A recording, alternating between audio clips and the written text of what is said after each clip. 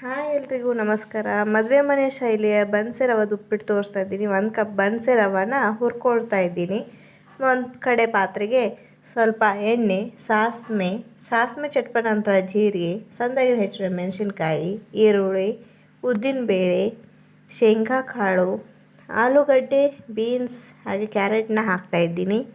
ಸ್ವಲ್ಪ ಶುಂಠಿ ಬೆಳ್ಳುಳ್ಳಿ ಪೇಸ್ಟ್, ಟೊಮೆಟೊ, ಅರಿಶಿನ ಪುಡಿ, 1 ಕಪ್ಗೆ 2.5 ಕಪ್ ಆಗುವಷ್ಟು ನೀರು ಹಾಕ್ಕೊಂಡ್ಬಿಟ್ಟು ಇದಕ್ಕೆ ಸ್ವಲ್ಪ ಬೆಲ್ಲ, ರುಚಿಗೆ ತಕ್ಕಷ್ಟು ಉಪ್ಪು ಹಾಕ್ಕೊಳ್ಳಿ.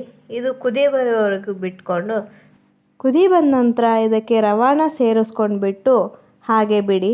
2 ನಿಮಿಷದ ನಂತರ ಚೆನ್ನಾಗಿ ಮಿಕ್ಸ್ ಮಾಡಿ ಇದಕ್ಕೆ ಉಂಗುಳಿಕಂತ ಒಂದು ಪ್ಲೇಟ್ನ ಮುಚ್ಚಿ ನಂತರ ನೋಡಿ ಎಷ್ಟು ಚೆನ್ನಾಗಿ ಉದುರುದ್ರಾಗಿ ಬರುತ್ತೆ ಅಂತ. ಇದಕ್ಕೆ ನಂತರದಲ್ಲಿ ಕೊತ್ತಂಬರಿನ ಹಾಕಿ ರೆಡಿ ಟು ಸರ್ವ್.